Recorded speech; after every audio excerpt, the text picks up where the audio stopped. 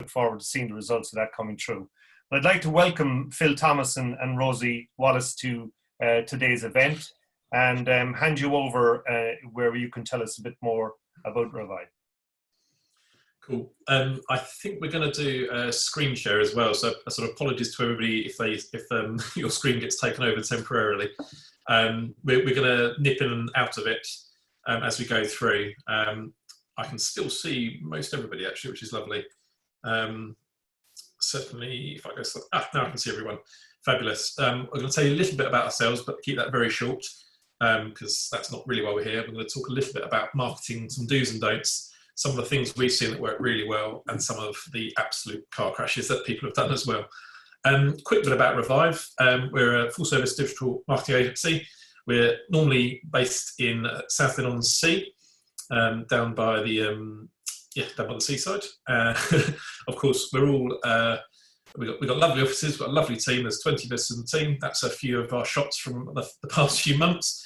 We do all sorts of social media and paid search and stuff like that. And of course, we're all now that happened, COVID, like everybody's obviously aware, and our office is looking a little empty right now, which is very, very sad. And we're doing what everybody else is doing at the moment, and of course, we're all remote working, and there's a few of the team. And that's really, we've adapted to remote working as we've had to, and I know many of you guys have done the same thing. It's been very interesting seeing that transition for all of our client base as well. That's kind of all I wanted to say about us, really. Rosie, do you want to take? Yes, of course. So it's no secret that we are amid a global pandemic. Everybody's in it, which is sort of weird in itself, because usually we notice these things in the marketing sphere that impact communities, they impact networks, they impact businesses, and not usually all at once. So it really is quite phenomenal what we're seeing, but it's not time to hit the stop button on all marketing. We've had clients come to us, panicking, asking to stop everything. And we've had on the flip side of that, clients come to us asking us to accelerate everything. It's time to kind of neither do both, but actually time to adapt. And you could kind of start thinking why. 80% of the UK are now consuming more content. And what's interesting is nearly 60% of those people say that that's going to kind of continue quarantine and beyond. 78% of customers expect brands to take care of their employees. Now, this is a big one. You might start thinking, what has this sort of got to do with marketing? But when you look at what happened with a well-known pub chain, shall we say, that served very cheap drinks, when it came out that they announced that their staff weren't being paid, quite quickly brand advocacy fell, and there was uproar online with people actually creating memes, creating content, saying that they're going to boycott that particular pub chain, which was really interesting because, again, at the moment there's such a community spirit, and it's about making sure that people are looking to you as a brand to look after your employees, and again the community around you. So 92% of people think that brands should continue to advertise. And what that means is that everybody knows that you book a holiday to look forward to. And whilst we're all using the internet more and we're on social media more, what is actually really interesting when you look at the psychology of this particular point is that people want to look forward to something. You've all probably said or alluded to the fact that I can't wait to be back in the office. I can't wait to see my family. I can't wait to see my friends. People are doing the same across a range of brands. So I can't wait to go into a shop and actually try on jeans because I've been eating so much during lockdown that none of my jeans fit me anymore. I can't wait to go on holiday. So they're looking, again, places to go, they're researching. So again, it's really important right now to continue advertising. Again, it's about adapting. And what's interesting there is that a third of UK consumers, they want content that's not related to COVID-19. So they want something that, whilst you may allude to the situation, they're looking for escapism. They're looking for something positive. When they're on their phone, it's their way into the world. And a lot of people, myself included, have set up particular sort of mechanisms on social media channels to not be presented with news keywords that contain coronavirus or COVID-19. So some people are getting smart and actually filtering out that noise to only let certain content come through. Oh, yeah, sorry, I was literally just think deep in thought about that very point. It's a quick way for people who got the video on. Has anybody actually stopped sort of watching the news? Is that a... Yeah, I'm Yes. seeing a few nods. I think I watched the news probably for the first 2 weeks of lockdown, and then I went, gosh, this is depressing. I just need to actually get on. And I think that's been a general thing throughout. People are getting very fatigued with, and again, if I get another email saying Corona update, that one's driving me mad. And we're going to talk a little bit about that. Yeah, so I sort of want to ask, so the next, where should we be focusing our marketing? Yeah, there's we could do 2 hours on this. Obviously, we haven't got that long. But the bit I probably want to mention first is on your website and email. That's been something we've seen probably almost all of our clients do. Is they were in touch from the first 2 weeks saying, can you put this message up on our website? And that has been really important. And it seems obvious, but actually what's happened is the people that haven't done that, there's now a questioning of trust. Is this company still open? Because there's no message on their website.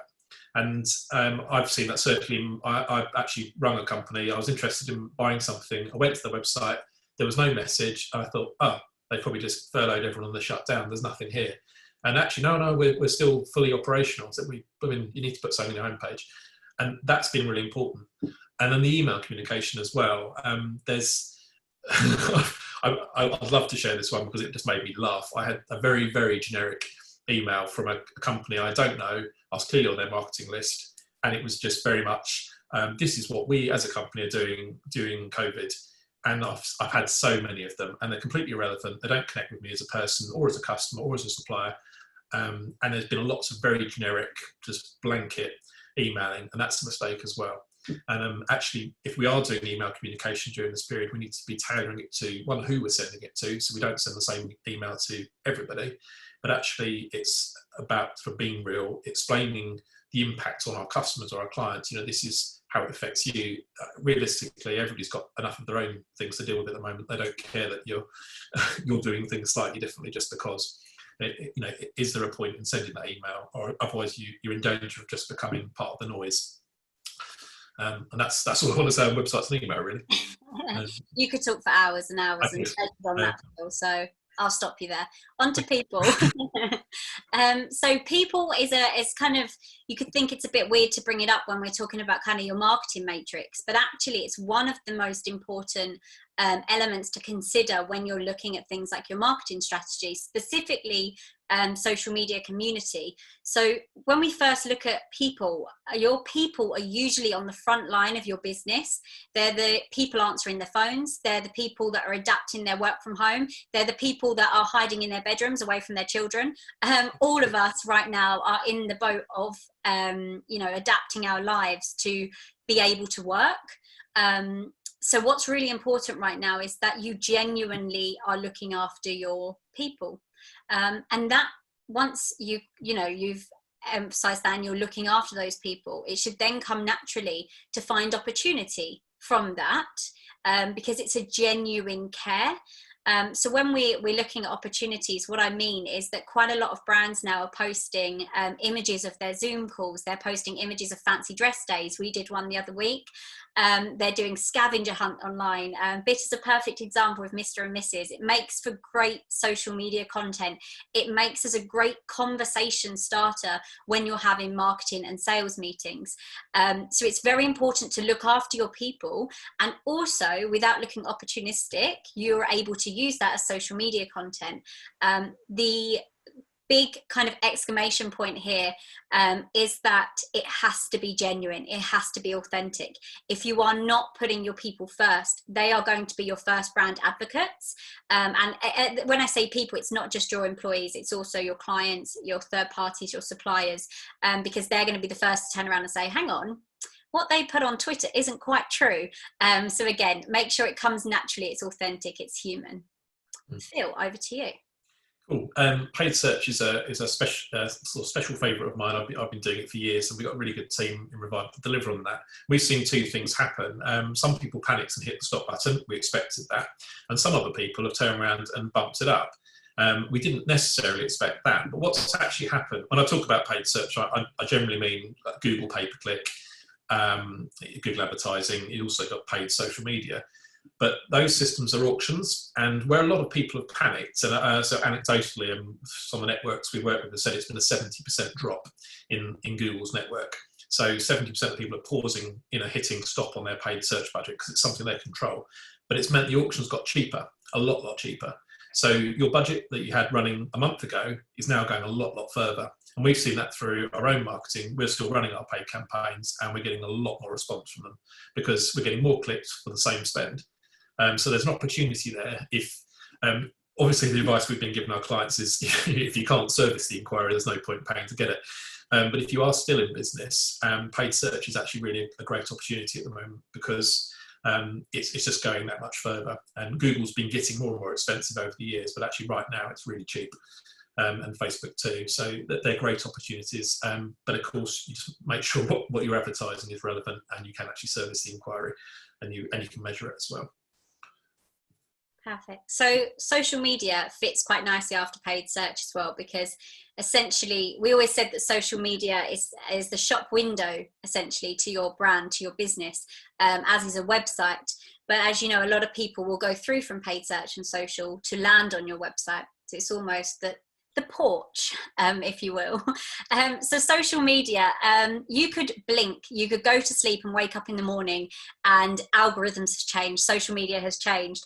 So it's important anyway in the old normal, shall we say, that you regularly looked at your social media strategy and adapted. So now more than ever before, it's important to rejig essentially what you've been doing. There are so many statistics, so much advice, so many reports from different, variable sources online about what you should and shouldn't be doing on social media right now, which are all fantastic in their own right. However, nobody knows kind of your social media and what works well for you more than your audience and what actually works well for you. So one of the things we've been having conversations with our clients at the moment is reporting. So we might do regular monthly reports, weekly reports, and now it's about, okay, well, let's look daily. Let's see, because it's changing. The online sphere is changing very quickly. So let's look at what your audience are doing. What does your consumer want and how are they feeling? So this, again, unfortunately, it's not a one size fit all. But when you look at your social media toolbox, one of the things you want to do is have a look at what your audience respond well to and what your audience don't respond too well to. And that's not too difficult to do. So even just a whiz down on your Facebook to see what's doing well and what isn't doing too well. From that, you can then jig a strategy and then have a look at, how are we serving our brand vision and values during this time? How can we make sure that our audience is getting what they want? Messaging and content mix is really important at the moment. So again, I mentioned earlier that a third of people actually don't want to see things COVID related. So people are still, like we said earlier, they're still shopping, they're still on the internet, they're still looking. So keep up with your usual strategy in terms of, what you want to be saying and doing in your messaging. But then it's about looking at being authentic and being real. Like I said earlier, sharing pictures of your employees, their work from home setups. I've seen some brilliant companies, they're a roofing company, but they're showing people's work from home setups in different areas around the house. And it's just a bit of fun and it encourages conversations. Again, my last point there is community. I think that's the kind of biggest focus that you want to think about when you're looking at your social media now. Essentially, your social media should be encouraging community. Before this happened, some of you may have been more advanced than others with your community building and the kind of loyal customers that you've already got. Some of you may have been starting, some of you may not have even looked at that yet. And I would really say that's something to focus now on more than ever before, is how you build that community and how you keep sending it or putting stuff out there that they react well to and that they're interested in. Rosie, just before you go on there, there's a couple of questions coming in, and you've touched on it there. In how do I stand out in the current abyss of social media? So you've asked how you do it. How do you do it? Okay, so it's really interesting you say this, because this is something that we've been having conversations with our clients daily about this. As I said earlier, more people are online, more people on the internet, social media use is surging. So there is a fear that, will my content be seen? Organic content, there is already a worry about that on social, that it's not being seen. However, this again alludes back to the community point. So if you have the community, if you have the loyal fan base, then great, keep continuing to do what you were doing before, because people already, know you for that. So it's important to keep doing that. And actually what's really interesting is, whilst we should essentially in messaging allude to COVID-19, it's not too great saying COVID-19 itself. So a really good example of this I saw recently was saying, changing your messaging to be able to, appeal to the larger audience at the moment, to be things like, rather than saying, we know you're in lockdown and probably bored, watch a box set of Narcos, actually changing that around to looking for something to watch at the moment. How about Narcos? So again, we're alluding to the fact that there's something, you're probably bored without saying it. So again, it's being authentic, it's being human, it's being genuine. Well, you've kind of answered my next question in a way there. And the next question comes up. It's a kind of loaded question, right? Should I be attaching your brand to COVID? I'll take that one, because that one's made me really cross recently. Yeah, we've seen a lot of that. And we've been asked to do it by a couple of our clients, and one of them we flat out refused. And actually, we're no longer working with that client, where they've, by our choice, I'll just say that, where they've actually tried to very purposely piggyback a disaster. And I just don't think that's very good for your brand at all. I think everybody's in the same boat. Everyone knows where, what's going on. And we've seen a few, I think if you can position it so that you're there to help, but it's not opportunistic, then that works. And I think as Rosie's already said, if it comes across genuinely, we are here to help. Yes, we can do this. Did you know we also have that? That's fine. But I think if you're out and out saying, hey, coronavirus, the example we had was someone who did vehicle leasing that was trying to suggest that if they're only leasing vehicles to key workers, therefore you should lease a new vehicle. And it was preposterous. And we said as much. And that's just, I think, yeah, if you are there to help and it's genuine, it works. If you're piggybacking, it's really bad for your brand, and people remember that as a negative. If that helps. Great. All right, thanks, Paul. What's interesting actually is, if we come on to the next slide, that will expand on both of those points a little bit further actually. Oh yeah. He says, I've clicked off my screen. And we've just done a few examples of what some large brands are doing. I like the Nike one because they've got a very strong brand anyway. And they've used their brand strength rather than to promote themselves, although obviously that's a side effect. They're trying to actually draw the community, the global population that follows and identifies with Nike around their, play inside. Don't go outdoors. It's not time to be kicking football around in the park. It's time to play inside. And the nice thing with the Nike one is they had their brand advocates, people like Ronaldo, actually sort of retweeting and sharing that message as well. That was a really good example of that looks good for Nike. It's a nice thing to do. Coca-Cola, theirs was very simple. Staying apart is the best way to stay united. They've created a new tagline. I like that. It's simple and does what it says on the can. There's us. We're still open virtually. We put that out in the first week in sort of March the 17th. We shut a bit early, and we just wanted people to know we were still here, and we're there to help. That was ours. Simple, but I hope effective. This one may be a little small on the screens depending on how you're watching, but I really love this one. This was Innocent Drinks. They just did 100 things to do inside this weekend. Some of them are a little bit practical. Some of them are just absolutely daft. But it's fun. The last one. I can't actually say that one. But there's clean the kitchen. Oh God, no, I haven't done that one. But yeah, that very much works with their brand because that's their brand anyway. They're fun and it's a bit amusing, and they make jokes, and that works. and it put a smile on people's faces. So I think any of your marketing that's making people grin, you're doing a good job. We had this has been a slightly more recent trend. Quite a few brands have been changing their names on social media, and to show this one's more about solidarity. You know, the idea of we're all in this together, and that's been really strong throughout the whole COVID lockdown thing. Pret did the same thing actually, and the Pret one Pret's probably a bit better known, but I think theirs was good because they were reopening some of their shops, but they were explaining why. It wasn't just, hey guys, we're opening loads of shops, you can come and get your prawn sandwich again. It was, no, actually, we're open near the hospitals, we're donating to our charities, this is the why we're doing it. And they've managed to position themselves in a very positive light, but also informational as well. I thought that was pretty good. With Pret, I like the fact that they're tapping into the psychology aspect as well, and they're really, by using the heart that's again made of fruit, which is on brand, they're having a play, and that's quite emotive for us. It's a dear Pret customer, straight away there's a heart there which is associated with love. It makes you feel good. Yeah, no, I like that one.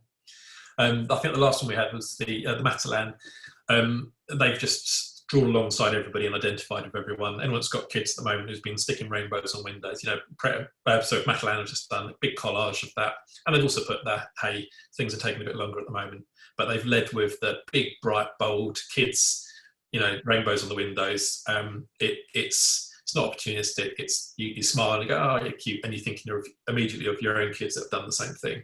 So it's a sort of drawing alongside you marketing rather than straight at you marketing, which I think those ones are pretty good examples. There's been tons of really funny ones and good ones. We could have done an hour of good and bad. It was funny, I was collecting sort of Brexit snippets before all this happened, and now we're on to... Does anyone remember Brexit? I know that word for ages. But anyway, over to you, Rosie. So I think Phil summarised really good as we were going through there, but really it's about what can we learn from these brands, and it's okay. I think there's a lot of conversations where we have that people said, well, I haven't done anything so far. Am I too much at the end of this now to review? Or, you know, they've still not put any messaging out there. And actually it's going, right now, we're in a time that's never happened before in a digital age. There's no right and wrong sort of approach. However, there are things we've seen work and there are things we've seen that hasn't worked. So when we look at Gymshark, very, very quickly they changed their name to Home Shark. So they played with their branding. Again, when we looked at Pret, then they played with their branding in terms of creating the love heart.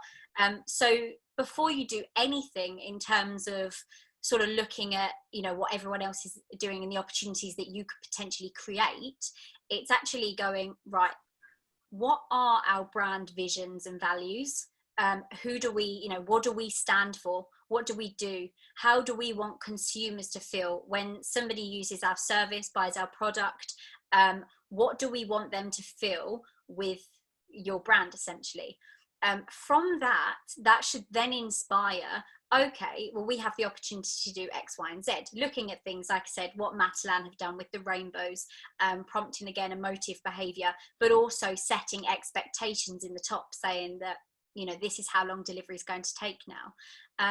That marketing doesn't need to cost hundreds and thousands of pounds. Yes, it is subjective in terms of, you know, what brands are spending. But what's really important here is when you look at those few examples that we just showed, changing Gymshark to Home Shark cost nothing. It was simply an idea that was probably stemmed from a human just going, that's probably quite human to do so. So again, it's stripping it back to basics and saying, who do you stand for? What do you stand for? And how do you want people to feel? Shake up your content mix. So think dialogue, not monologue. Start conversations. Ask yourself every time you post something, be it a blog, a website, an email, social media, every conversation you have, how does it add value? Are you adding value or adding to the noise? If you're adding to the noise, it's probably not going to help the brand as best as it would be if it was adding value. A good example of that is One Hub, which is a remote working space. And actually, we at the moment, one hub can't be open because obviously people aren't working in the offices. But something they can do is post content on how best to switch up your desk. So we know that adding a plant to a desk can improve productivity. So simple tips like that. It's not necessarily going to get one hub any immediate business, but it is going to add value to the people that currently are followed and connected to the pages. Again, Phil mentioned earlier, but allude to the situation, don't mention. Now, that's not always possible. It doesn't always work. Sometimes mentioning COVID-19 or coronavirus is acceptable, will work, and does fit with your current branding. However, 90% of the time, it is something that you better allude to. And essentially, I guess, sorry, I can hear my 4-year-old crying long. That's it, I've gone now. Allude to the situation. I'm just going to interject again because this question's coming up all the time here. But what is a lot or not a lot of money? Is the first question. Do you want me to? I think that one's different for everyone.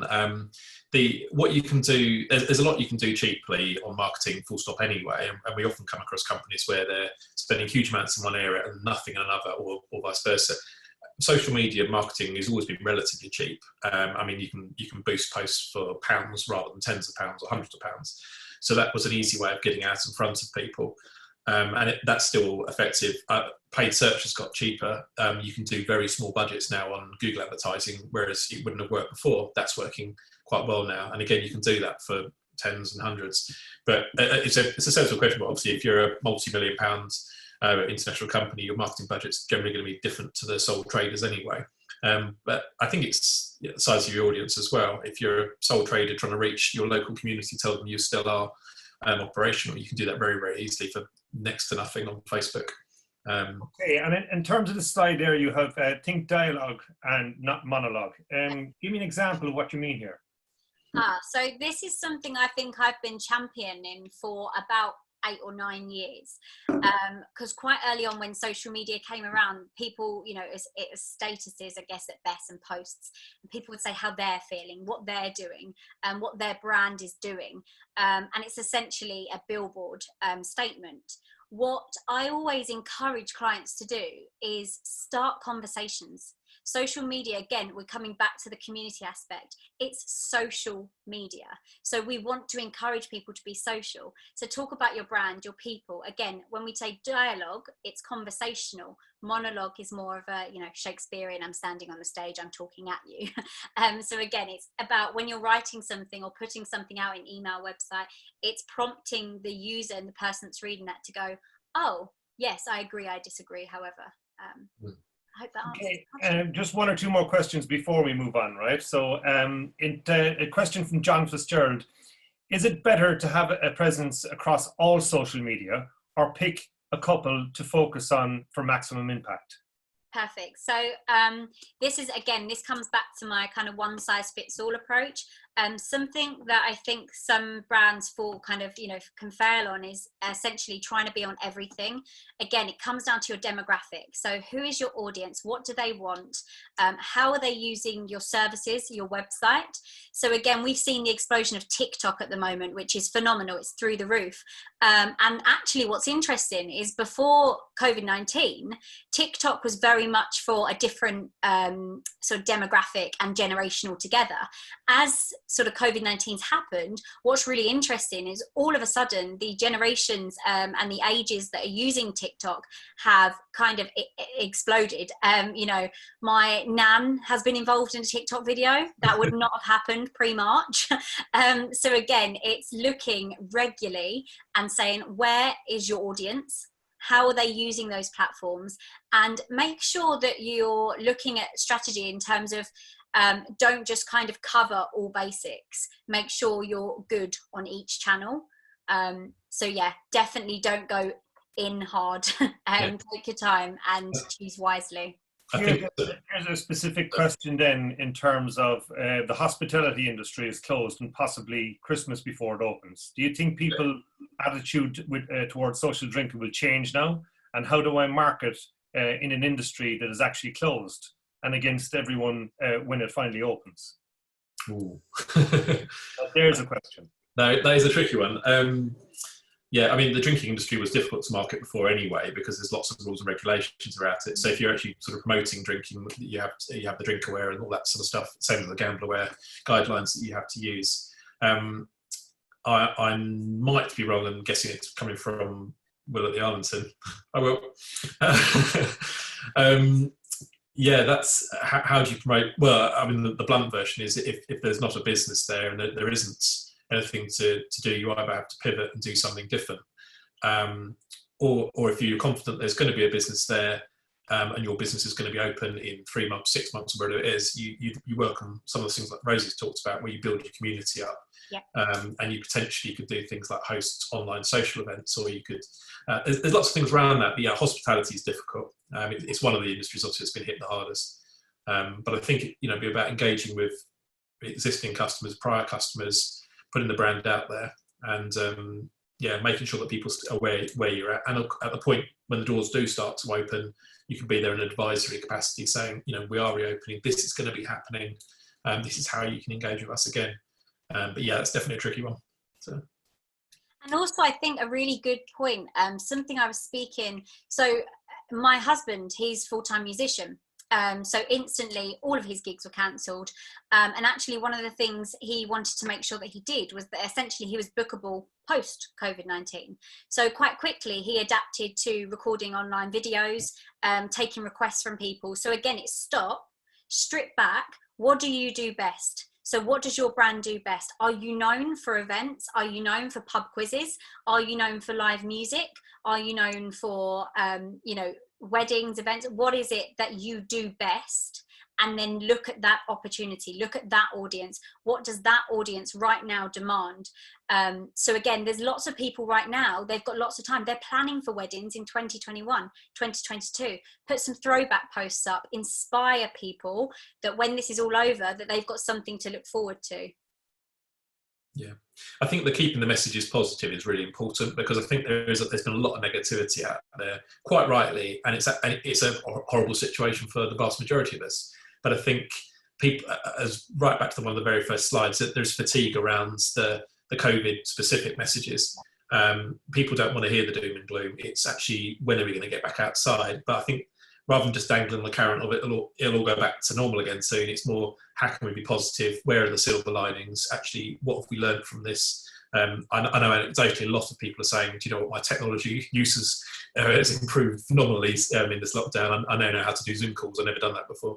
Or now my team can remote work or remote run courses. There's a lot of very good things that have come out of this. So I think the focus and being someone that communicates positive message, I think, is important as a brand.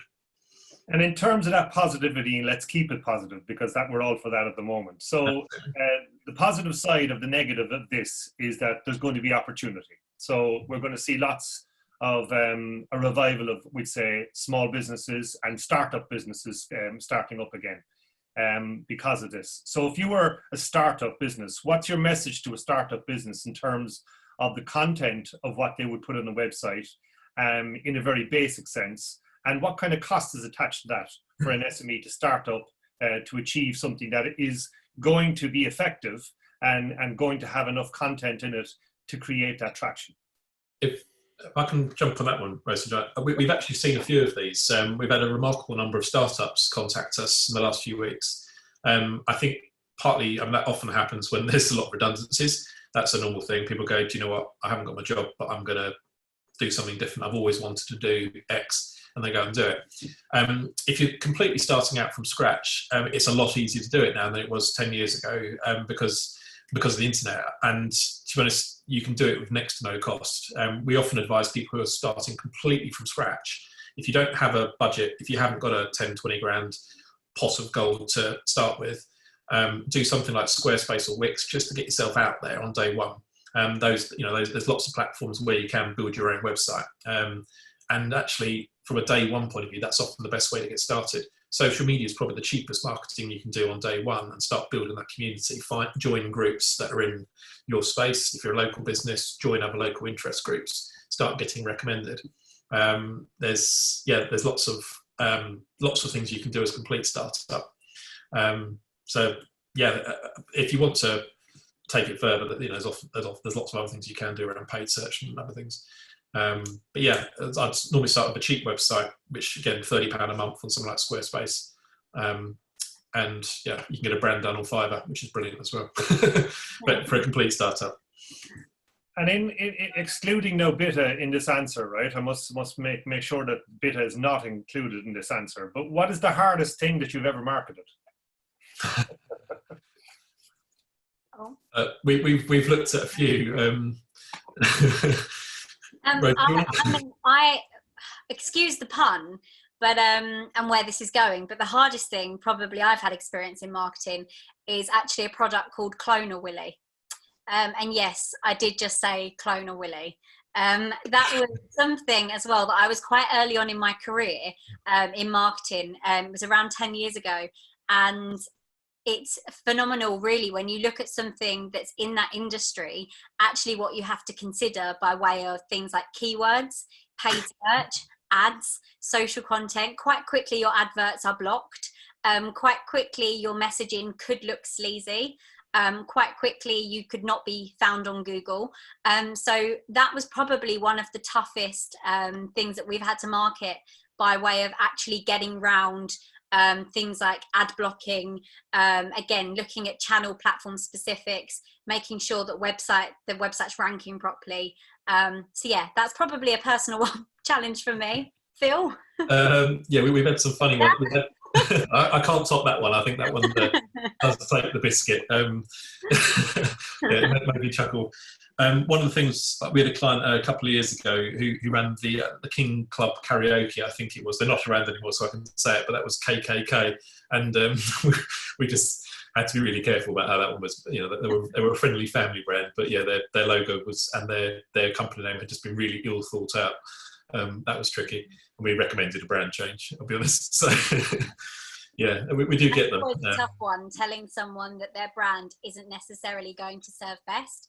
Yeah. Because obviously, people put their sort of blood, sweat and tears into their brand. So when you as a marketing agency have to turn around and say that's probably not going to work, it can be a really, really tough and tricky conversation to be had. But eventually, it works out for the best. So.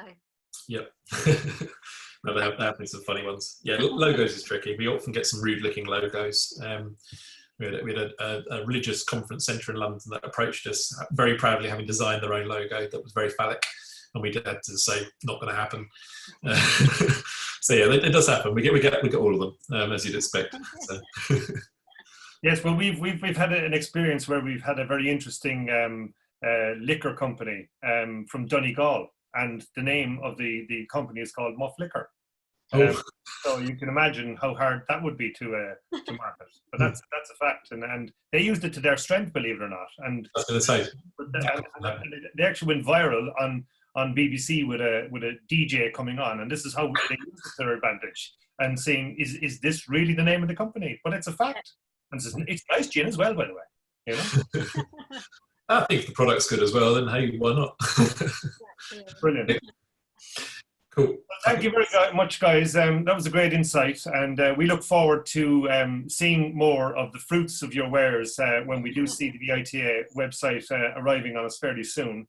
Yep. For any of those who want to contact you, I'm sure your details will be up on this platform later on, and they can also do so by contacting Laura at vita.ie. This platform obviously is www.vitacommunity.org. So thank you for joining us. Thank you very much, Phil, Rosie. That was very, very well presented. And we'll see you again fairly soon. Okay? Pleasure. Bye. Thank you. Bye. Thanks, guys. Bye. Bye. Cheers, Phil. Cheers, Rosie.